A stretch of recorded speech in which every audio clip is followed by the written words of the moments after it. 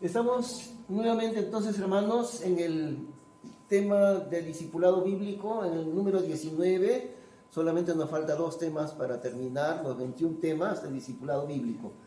Pero hoy día tocamos este tema, creciendo a la imagen de Cristo. Y estamos alternando Apocalipsis, el estudio de Apocalipsis, con 21 temas de discipulado.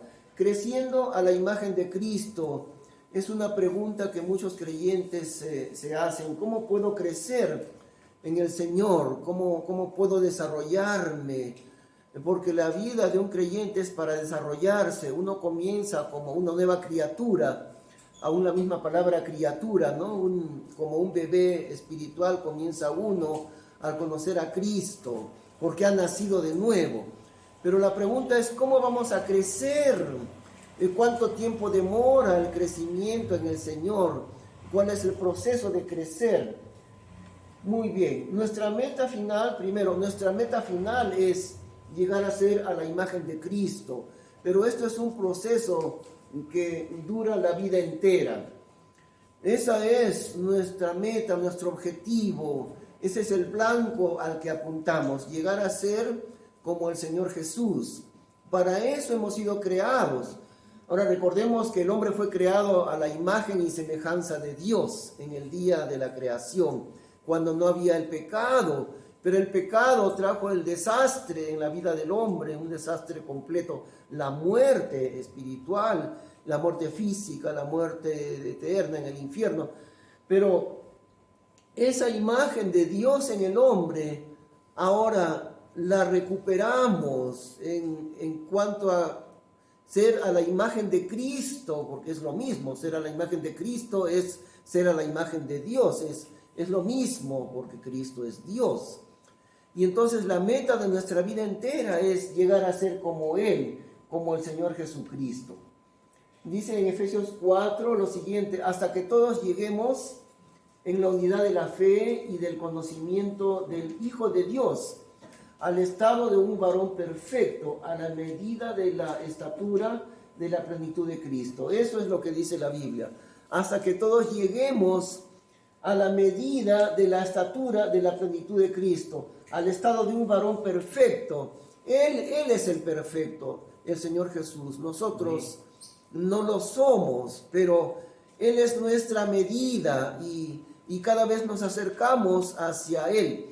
Y a propósito, para llegar a ser semejante a Cristo, una de las principales cosas que debemos entender es que somos semejantes a Él también en su muerte y en su resurrección.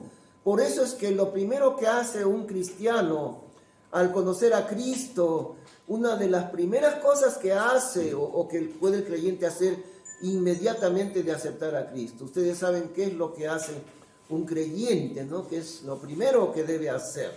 A ver, ¿alguien recuerda lo primerito que un creyente debe hacer después de haber aceptado a Cristo? El bautismo, bautizarse, eso es.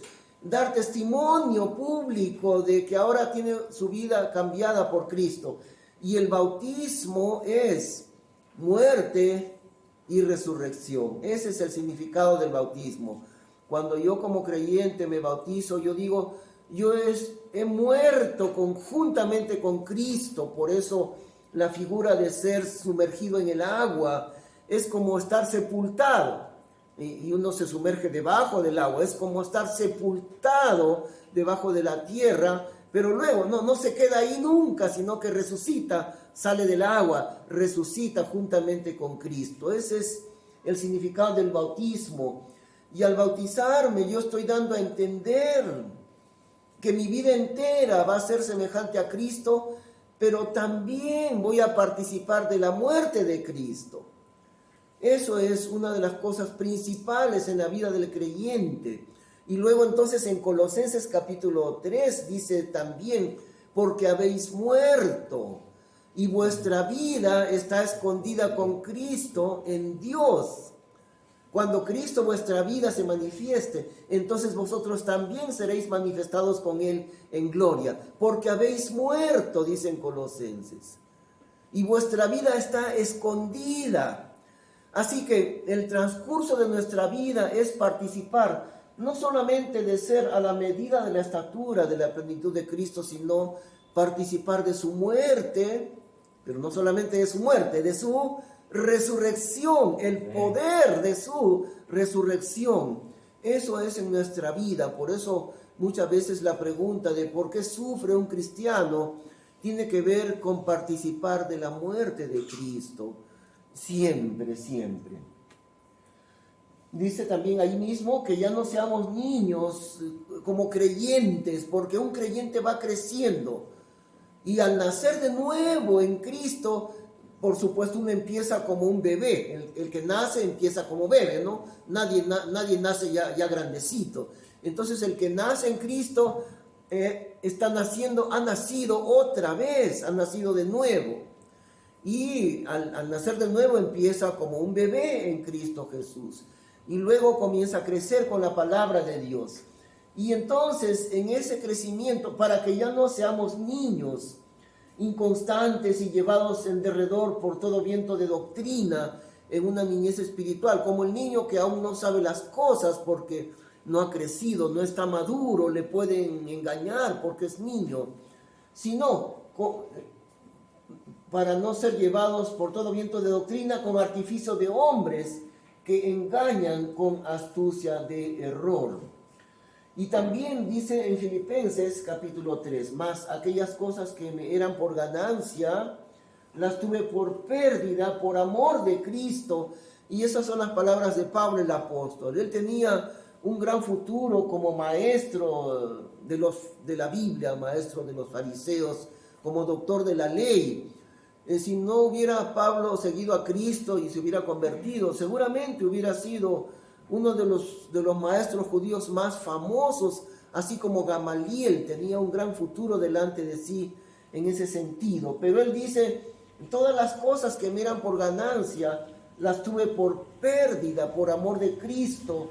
Él dejó todo eso, ese futuro para seguir a Cristo. Y aún más, que ciertamente todas las cosas tengo por pérdida, por la excelencia del conocimiento de Cristo Jesús, Señor mío. Y eso es en la vida de un cristiano. Todo lo demás nunca va a tener tanto valor como la excelencia del conocimiento de Cristo Jesús. Todo lo demás pierde valor ante eso, ante seguir, ante conocer al Señor Jesús, a llegar a ser como Él mismo fue. La excelencia del conocimiento de Cristo Jesús, Señor mío, por amor del cual, y acá hay una palabra muy extraño por lo fuerte que es esta palabra, ¿no? Por amor del cual, por amor de Cristo, lo he perdido todo y lo tengo por estiércol, por ganar a Cristo. Esa es exactamente la palabra del original en griego. En otras versiones han puesto, lo tengo por basura, para suavizar un poquito, ¿no? Eso, pero es cierto que en la palabra original es exactamente esa. Dice Pablo, yo he perdido todo lo demás en mi vida para poder conocer a Cristo, mi Señor, por la excelencia de conocerle a Él.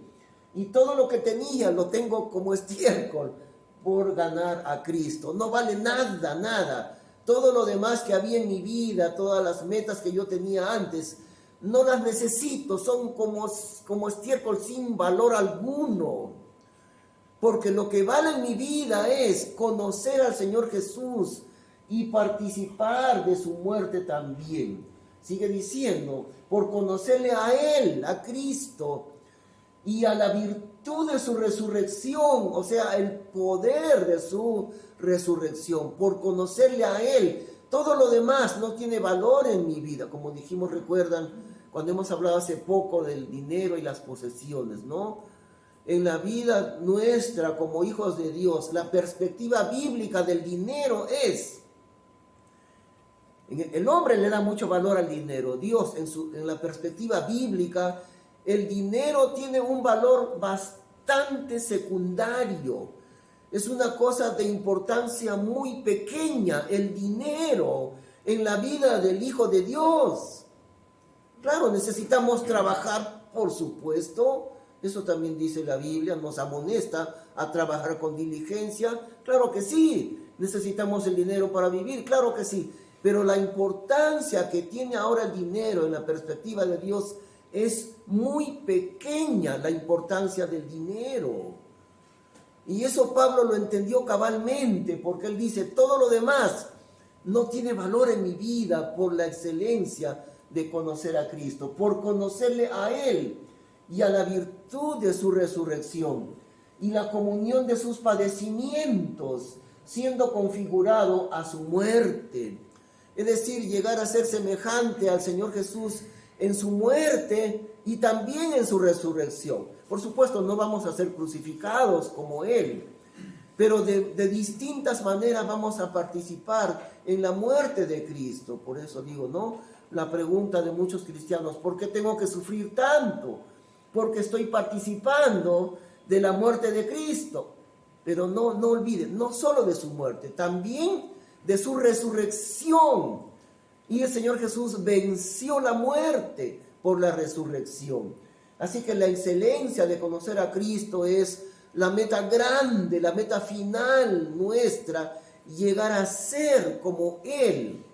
Y al llegar a ser como Cristo, estamos llegando a ser a la imagen de Dios, que es lo mismo, ¿no? Me apresuro hacia el blanco, y el blanco es Cristo, por el premio de la vocación celestial de Dios en Cristo Jesús, el llamamiento celestial en Él. También dice en Romanos 8:29 eso mismo, llegar a ser a la imagen de Cristo. Porque a los que antes conoció, hablando de Dios el Padre, porque a los que antes conoció, también predestinó para que fuesen hechos conformes a la imagen de su Hijo, para que Él sea el primogénito entre muchos hermanos. Y al decir esto, está diciendo que somos hermanos del Señor Jesús. Algo asombroso realmente, ¿no? Hay tantas cosas así en la palabra de Dios que nos dejan asombrados. La historia entera de la salvación nos deja asombrados. ¿Y saben qué?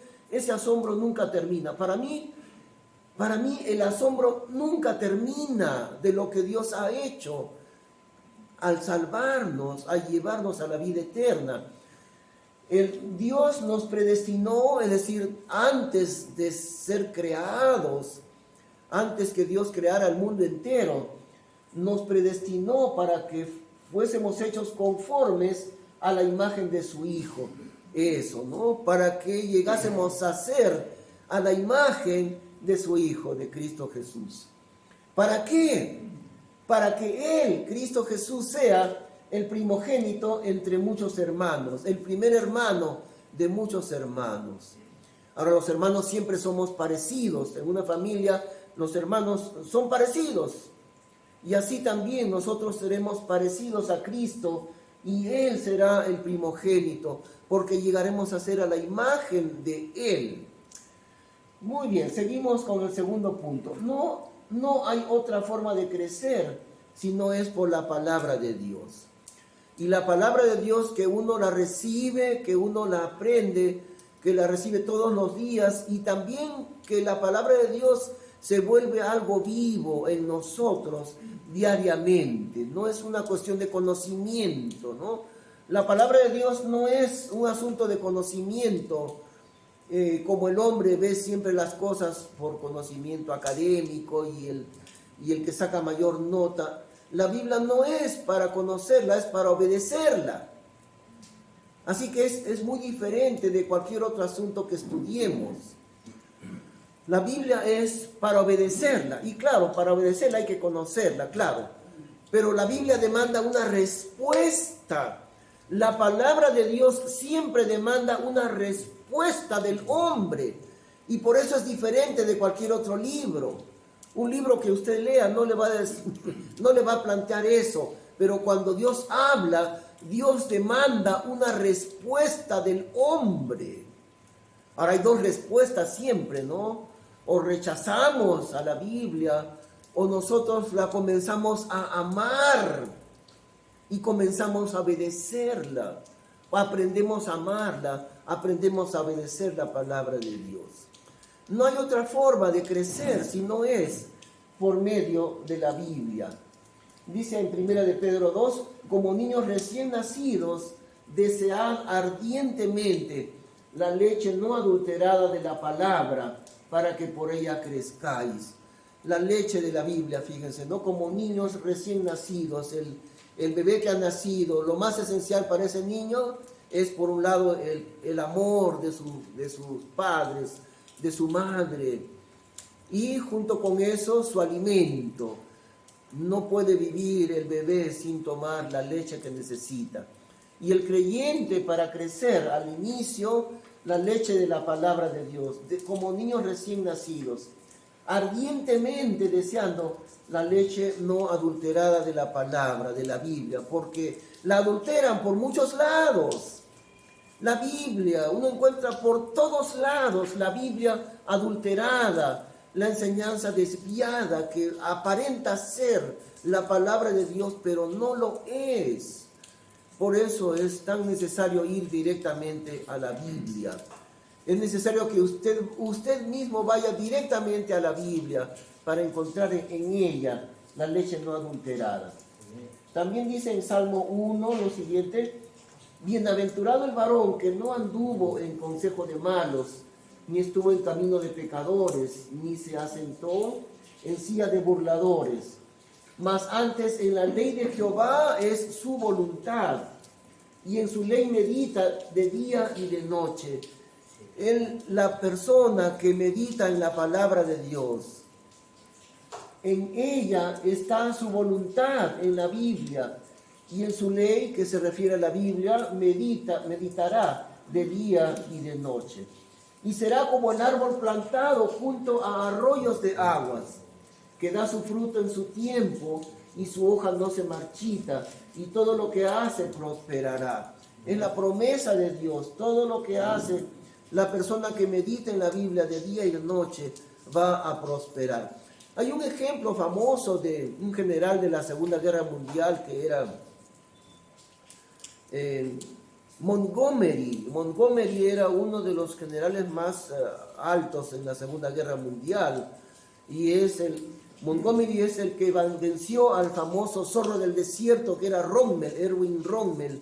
No había quien le gane. El único que le pudo ganar, este general inglés, Montgomery, muy querido por los soldados, le llamaban Monty, y tan querido era él, le daba tanto valor a los soldados que la gente de inteligencia crearon un segundo Montgomery, buscaron un hombre muy parecido a él, alto así, y le ponía su boina, la boina de Montgomery. Lo llevaban a diferentes lugares donde estaban los soldados, y ellos pensaban que era el verdadero Montgomery, era su doble, pero nomás con verlo adquirían valor. Ahora, Montgomery era hijo de un pastor evangélico, y como él dirigía la batalla, era uno de los grandes estrategas. Cada día él leía la Biblia, y muy temprano en la mañana se reunía con sus ayudantes, los altos oficiales, y él les leía la Biblia y también les leía los pasajes bíblicos de muchas batallas que están descritas en la Biblia. En la Biblia hay bastantes descripciones de batallas del pueblo de Israel y la victoria de Israel. Montgomery analizaba esas batallas y cómo el pueblo de Dios ganó, y les enseñaba a sus generales todo eso de la Biblia. Y por eso fue que Dios le dio la victoria contra ese perverso alemán, ¿no? El Rommel, el zorro del desierto.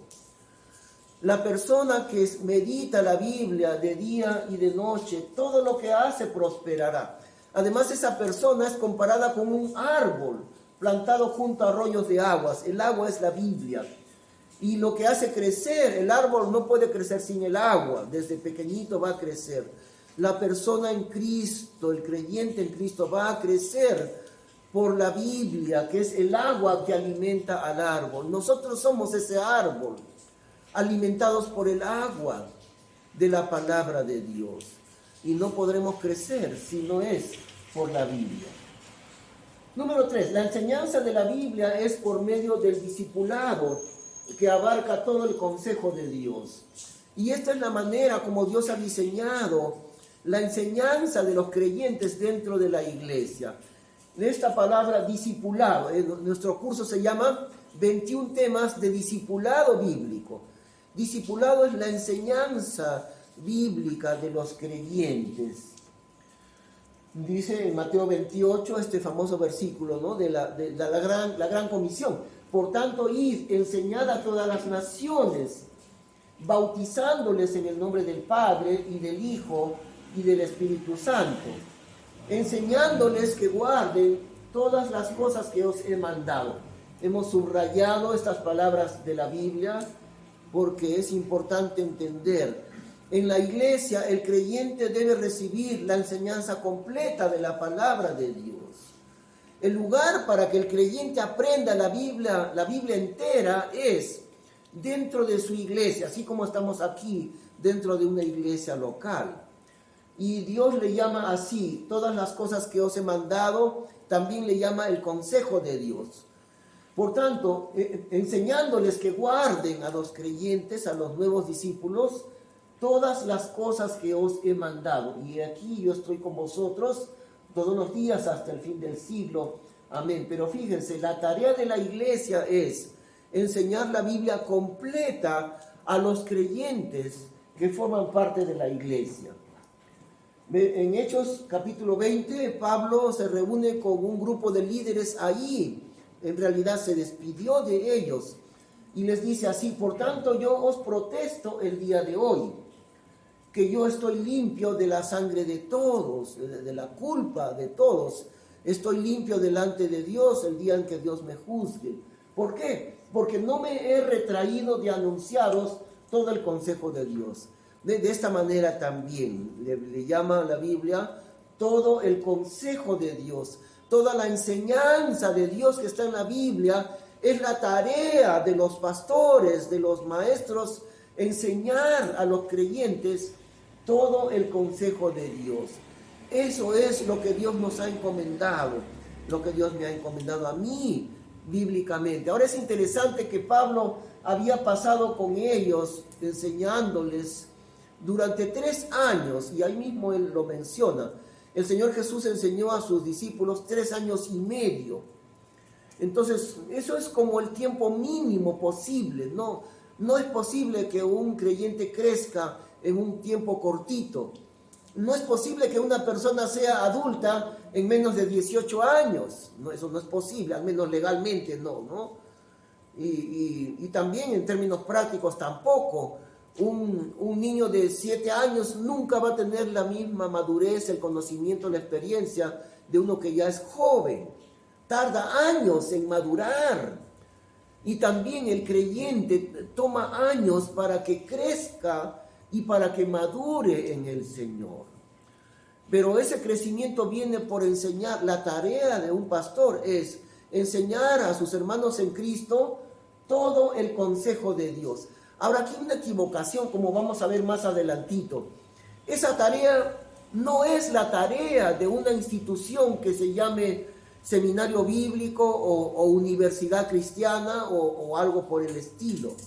No, esa es una gran equivocación que nosotros tenemos.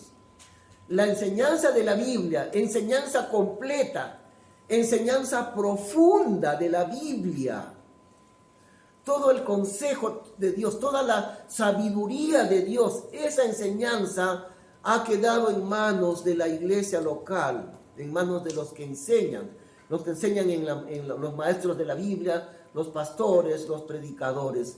Nos ha encomendado Dios enseñar a los creyentes toda la sabiduría de Dios dentro de una iglesia como es aquí, no en el sistema bíblico que en realidad hemos copiado del mundo, ese sistema de instituciones académicas. Ese sistema no es el sistema de Dios, el sistema de títulos académicos, al menos en cuanto a la Biblia estamos hablando, no estamos hablando de las ciencias, de la ingeniería, arquitectura, no estamos hablando de eso, estamos hablando de la palabra de Dios. Para enseñar la palabra de Dios, el sistema de Dios no es el sistema de títulos académicos, sino dentro de la iglesia local, la enseñanza profunda de la Biblia. Eso es el cuadro de Dios en la Biblia. Ahí está, ¿no? Eso. El plan de Dios para el discipulado debe ser cumplido dentro de la iglesia local, no en otras instituciones. Es una tradición tan arraigada dentro de nuestras iglesias, porque el pastor ve que hay un joven que tiene mucho interés en servir a Dios, y entonces el pastor le dice: yo creo que tú también llegarás a ser un pastor, ¿no es cierto? El joven tal vez diga que sí, yo quiero prepararme para ser pastor. ¿Qué hará entonces el pastor para ese joven? Le va a decir: bueno, aquí te hemos enseñado la parte básica de la Biblia, no te podemos enseñar. El pastor mismo se equivoca, está equivocado. Y dice: la parte básica de la Biblia te hemos enseñado. Pero si tú quieres aprender la Biblia profundamente para que llegues a ser pastor, tienes que acudir a una institución académica, a un seminario bíblico o algo por el estilo, un instituto bíblico. Allá estudiarás 3 años, 4 años, el tiempo necesario, y recién allí podrás realmente adquirir conocimiento profundo de la Biblia. Esa es una terrible equivocación, tan difundida, tan arraigada, porque el lugar para aprender la Biblia de manera profunda es aquí, la iglesia local. Ese es el lugar que Dios ha diseñado para enseñar a los creyentes la Biblia de manera completamente profunda. Muy bien.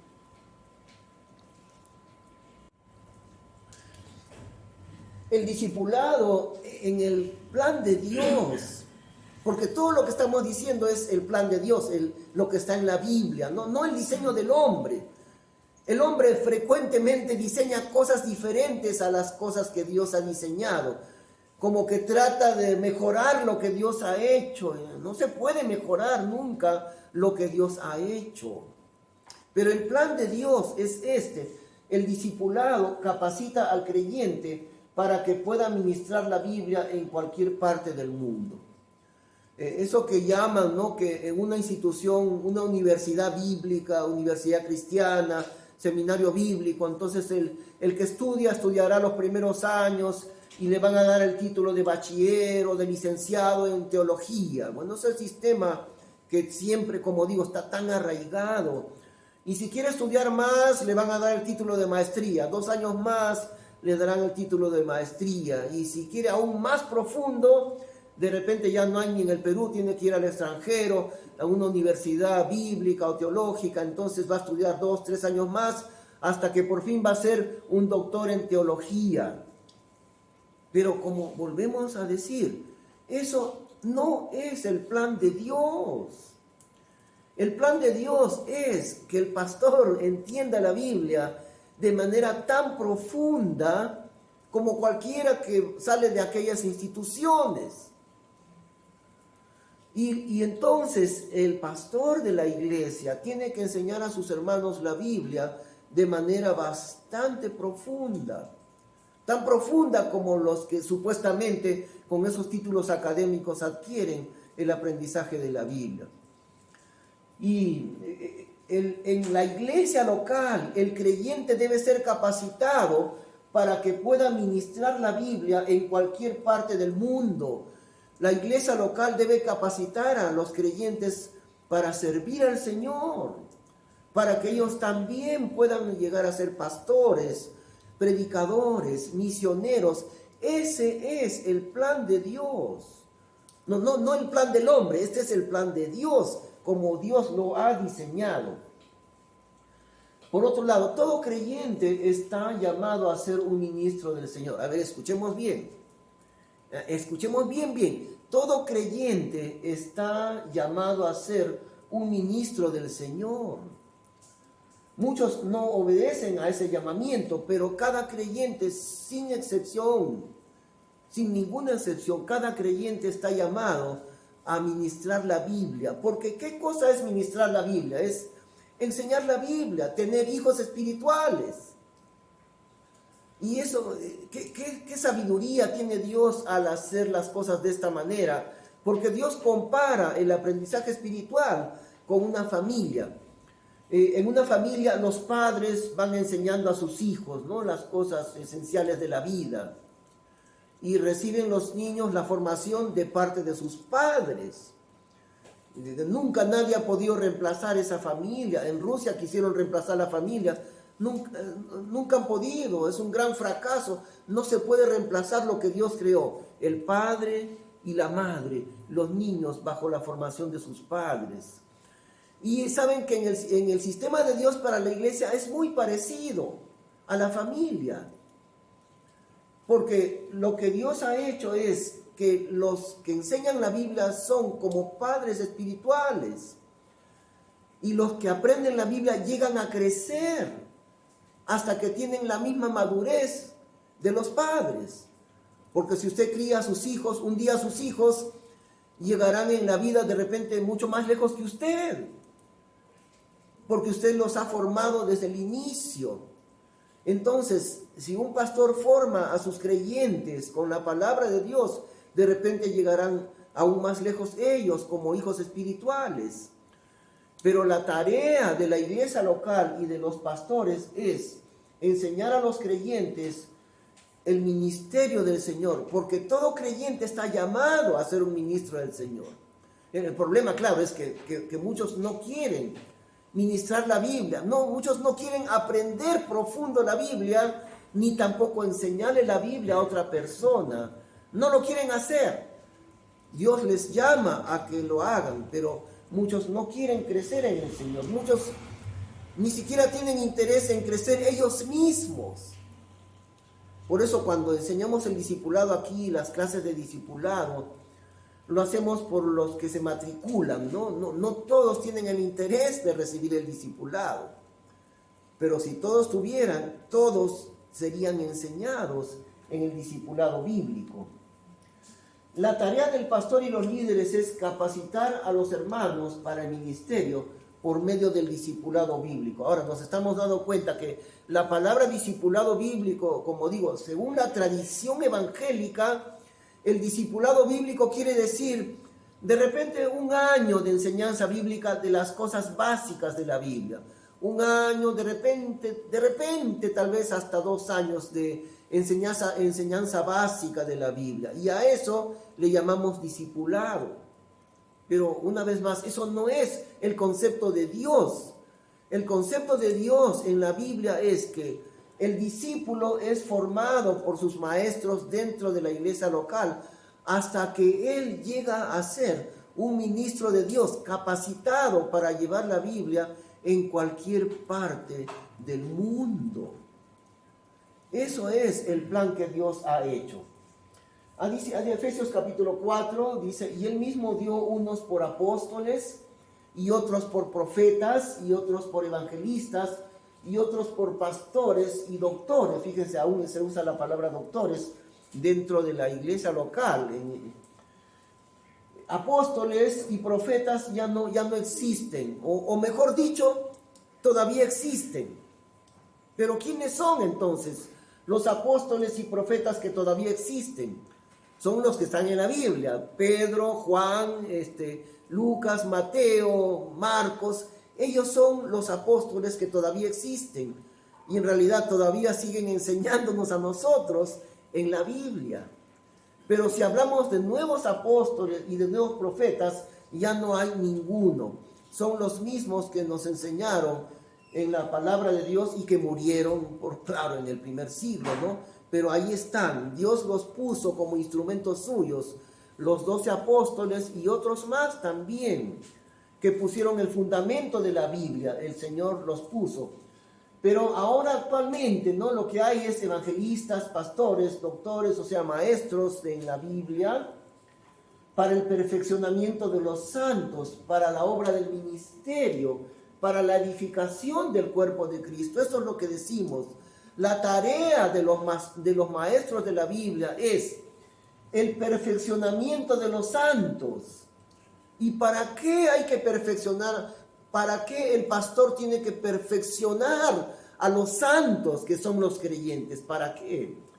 Para la obra del ministerio, para que ellos también junto con el pastor, lleven a cabo la obra del ministerio. Ese es el plan de Dios. Ese es el plan de la Biblia. No es que el pastor le diga, mira, querido joven, ya te enseñé 2 años, pero más ya no te puedo enseñar, porque para que aprendas más profundo, te voy a mandar a una institución académica, un seminario bíblico o algo por el estilo, y después de 4 años ya regresarás de ahí con la formación bíblica suficiente. No, eso no es el plan de Dios. El plan de Dios es dentro de la misma iglesia local, capacitar a los creyentes, perfeccionar a los santos. Es la tarea del pastor. Miren cómo usa la palabra de Dios, perfeccionarlos, capacitarles profundamente. La tarea de los maestros, para que ellos hagan también, los creyentes también lleven a cabo la obra del ministerio, hasta que todos lleguemos en la unidad de la fe y del conocimiento del Hijo de Dios. Ahí está nuevamente, ¿no? Vamos llegando al conocimiento de Cristo, al estado de un varón perfecto, que ya hemos mencionado este versículo, a la medida de la estatura de la plenitud de Cristo. El creyente va creciendo por esa enseñanza bíblica y también por el trabajo práctico, por supuesto. Número 8, el modelo bíblico del discipulado, ya lo hemos dicho, no es una institución académica, sino de padres a hijos en la iglesia local. De padres a hijos dentro de la iglesia local. El sistema de Dios no es el grado de licenciado, el grado de maestría y el grado de doctor, el grado académico. Ese no es el sistema de Dios. Ahora recuerden, estamos hablando de la Biblia. No estamos entrando en el tema de las ciencias, que un ingeniero, un médico, un arquitecto. No estamos hablando de eso. Estamos hablando dentro del campo de la palabra de Dios. El plan de Dios de aprendizaje de la Biblia no es el de grados académicos, ni tampoco instituciones académicas aparte de la iglesia. El plan de Dios es dentro de la iglesia local. Los creyentes se capacitan profundamente. Ahora, Dios no usa el sistema académico que estamos mencionando. Dios usa otro sistema. ¿Qué sistema? El sistema de padres a hijos, de padres espirituales a hijos espirituales dentro de la iglesia local. Ahí tenemos el ejemplo bíblico desde muchos siglos atrás. Ahí está en la Biblia. Moisés fue el padre espiritual de Josué. Moisés era ya de mayor edad y Josué era el joven que le ayudaba.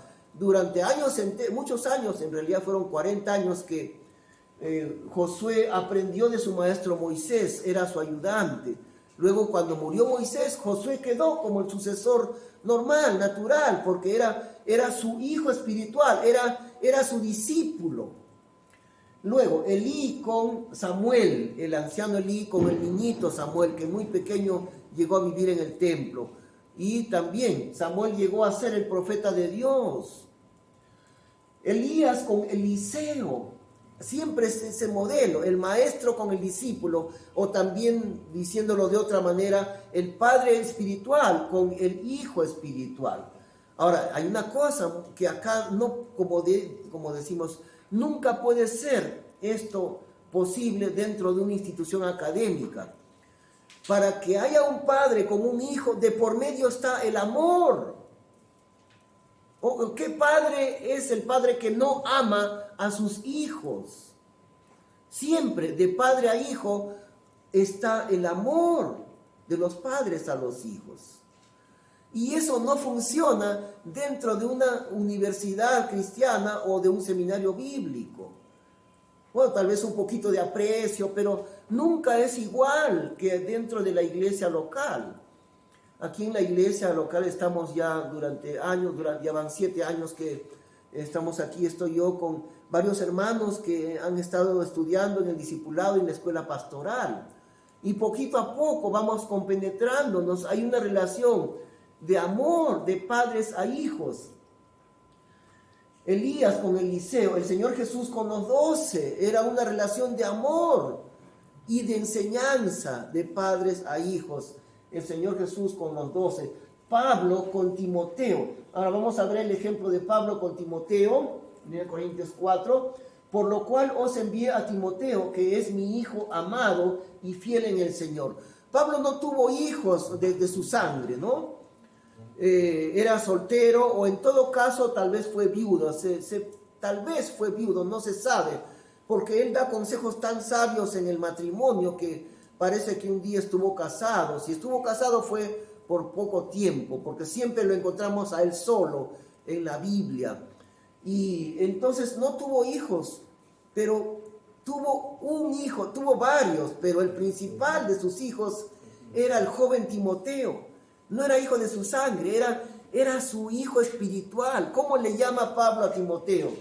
Por lo cual os envía a Timoteo, que es mi hijo amado y fiel en el Señor, el cual os recordará de mis caminos, cuáles sean en Cristo, como yo enseño en todas partes, en todas las iglesias.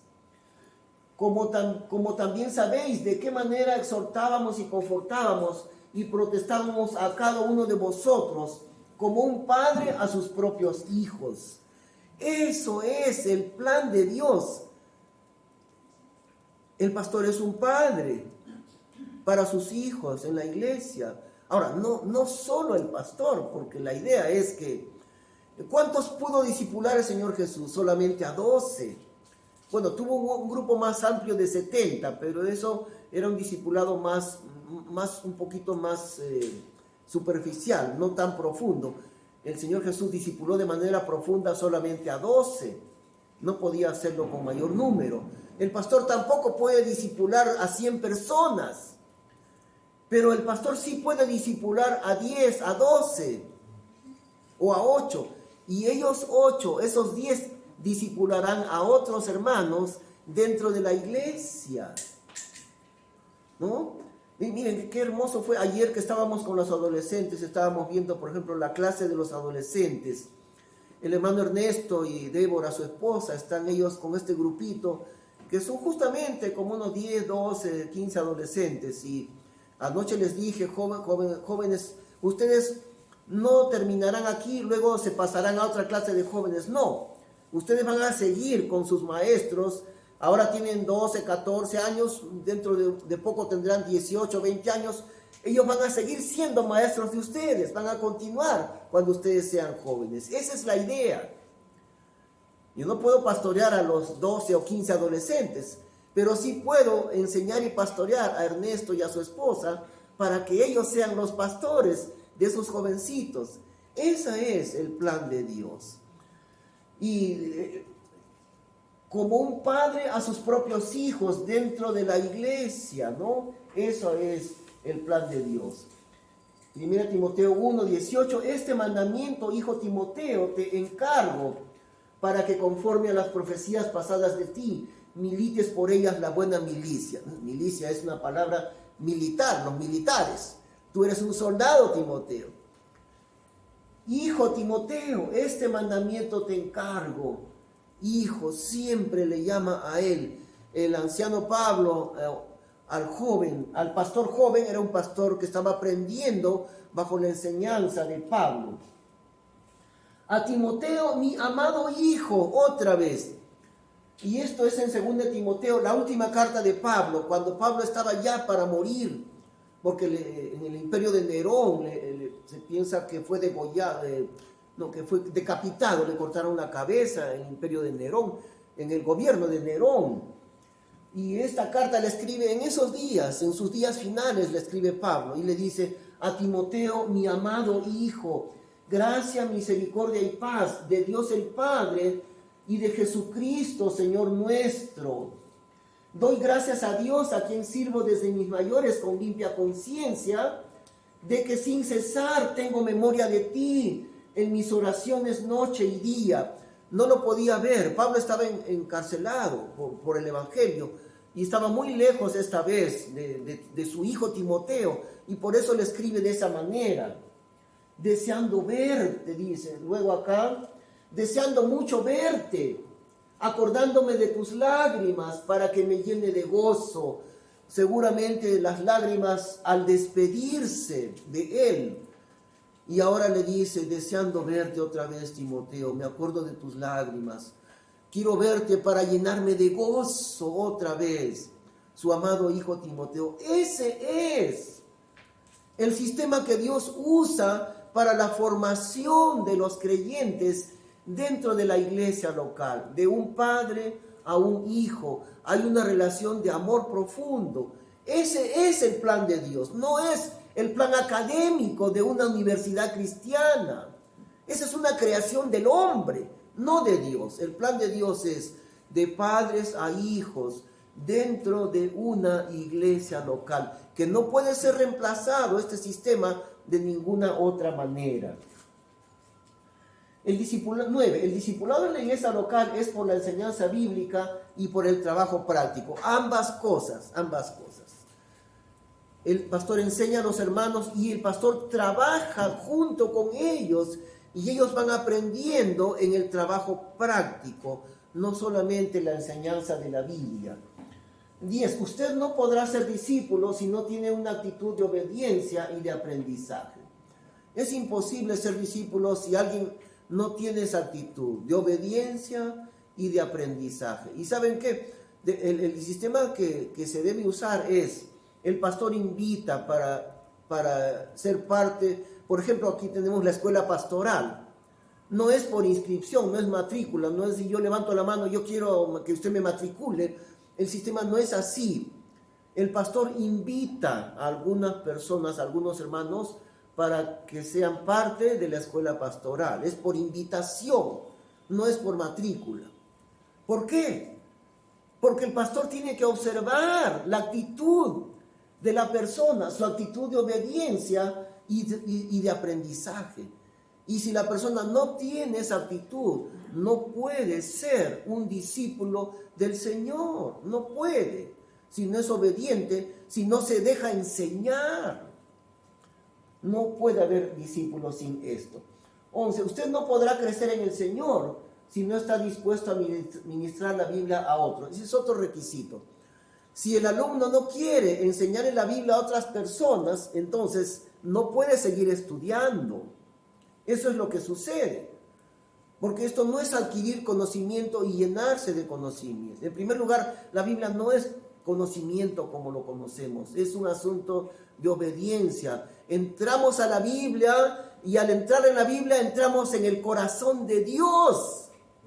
Y al entrar en el corazón de Dios, por eso digo, la Biblia siempre demanda del hombre una respuesta.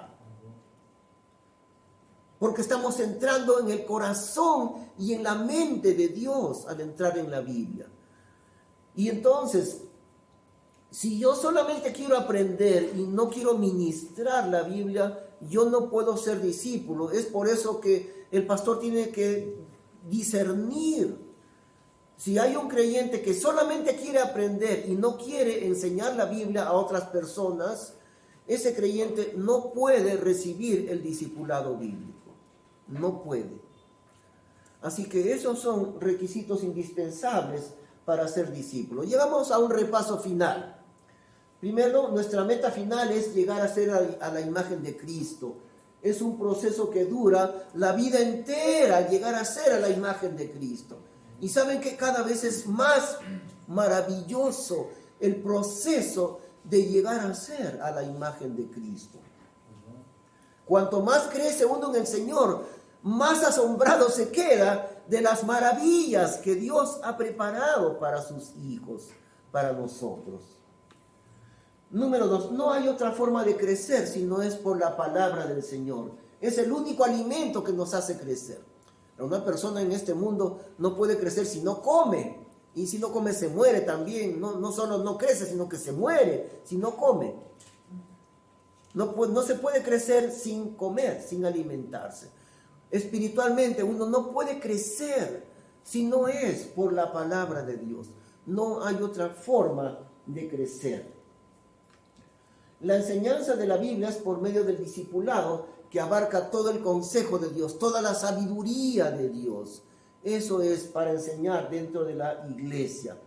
4. El plan de Dios para el discipulado debe ser cumplido dentro de la iglesia local, no en otras instituciones. Dios ha diseñado su enseñanza aquí, dentro de una iglesia como somos nosotros. En cualquier otra iglesia, igual. El que enseña es el pastor de la iglesia, es el que tiene que enseñar a sus hermanos en Cristo. Ahora, una pregunta que no hemos puesto aquí: ¿cuánto tiempo demora el discipulado bíblico? Más o menos como 7 o 8 años, más o menos. No es un tiempo exacto, pero en menos de 6 o 7 años no puede un creyente que aceptó a Cristo llegar a ser una persona capacitada para ministrar la Biblia. No puede en menos de ese tiempo. Diríamos es un tiempo mínimo, 7 años, 8 años, por ahí, más o menos.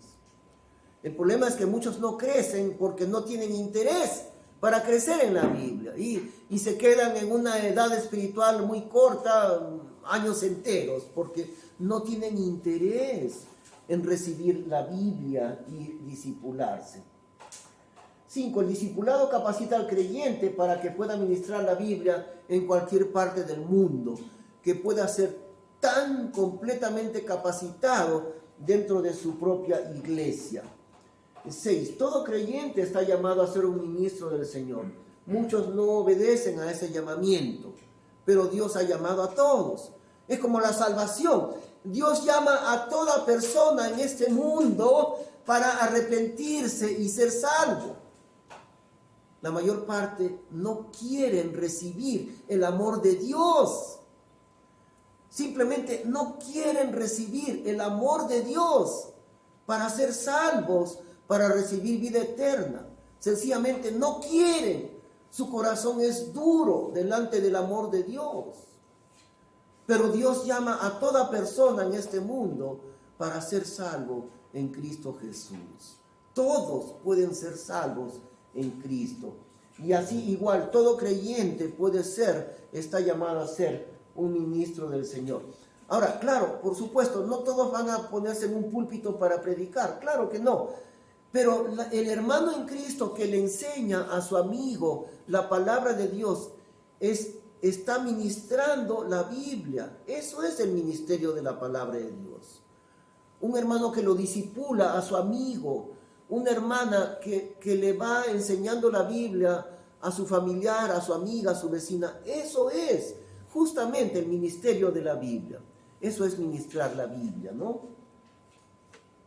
La tarea del pastor y los líderes es capacitar a los hermanos para el ministerio por medio del discipulado. El modelo bíblico de discipulado no es una institución académica, sino de padres a hijos dentro de la iglesia local. Moisés a Josué, el ejemplo muy antiguo de la Biblia, Elías Samuel, Elías Eliseo, etc. Número 9, el discipulado en la iglesia local es por la enseñanza bíblica y además el trabajo práctico. Dos cosas, ¿no? También el trabajo práctico. 10. Usted no podrá ser discípulo si no tiene una actitud de obediencia y de aprendizaje. 11. Usted no podrá crecer en el Señor si no está dispuesto a ministrar la Biblia a otras personas. Muy bien, queridos hermanos, llegamos al final de este aprendizaje. Vamos a orar un momentito. Gracias, Señor Padre Celestial, por tu palabra, por las grandes cosas que aprendemos de ella, Señor. Gracias por el inmenso gozo de ser hijos tuyos, de haber llegado a ser parte de ese pueblo de Dios, haber llegado a ser parte de tu reino, y las cosas que vienen en el futuro para tu pueblo, para tu iglesia, cosas que no llegamos a alcanzar, tan grandemente maravillosas, no alcanzamos a entender, Señor. Te alabamos y te bendecimos por tu palabra. En el nombre del Señor Jesús. Amén. Que Dios les bendiga.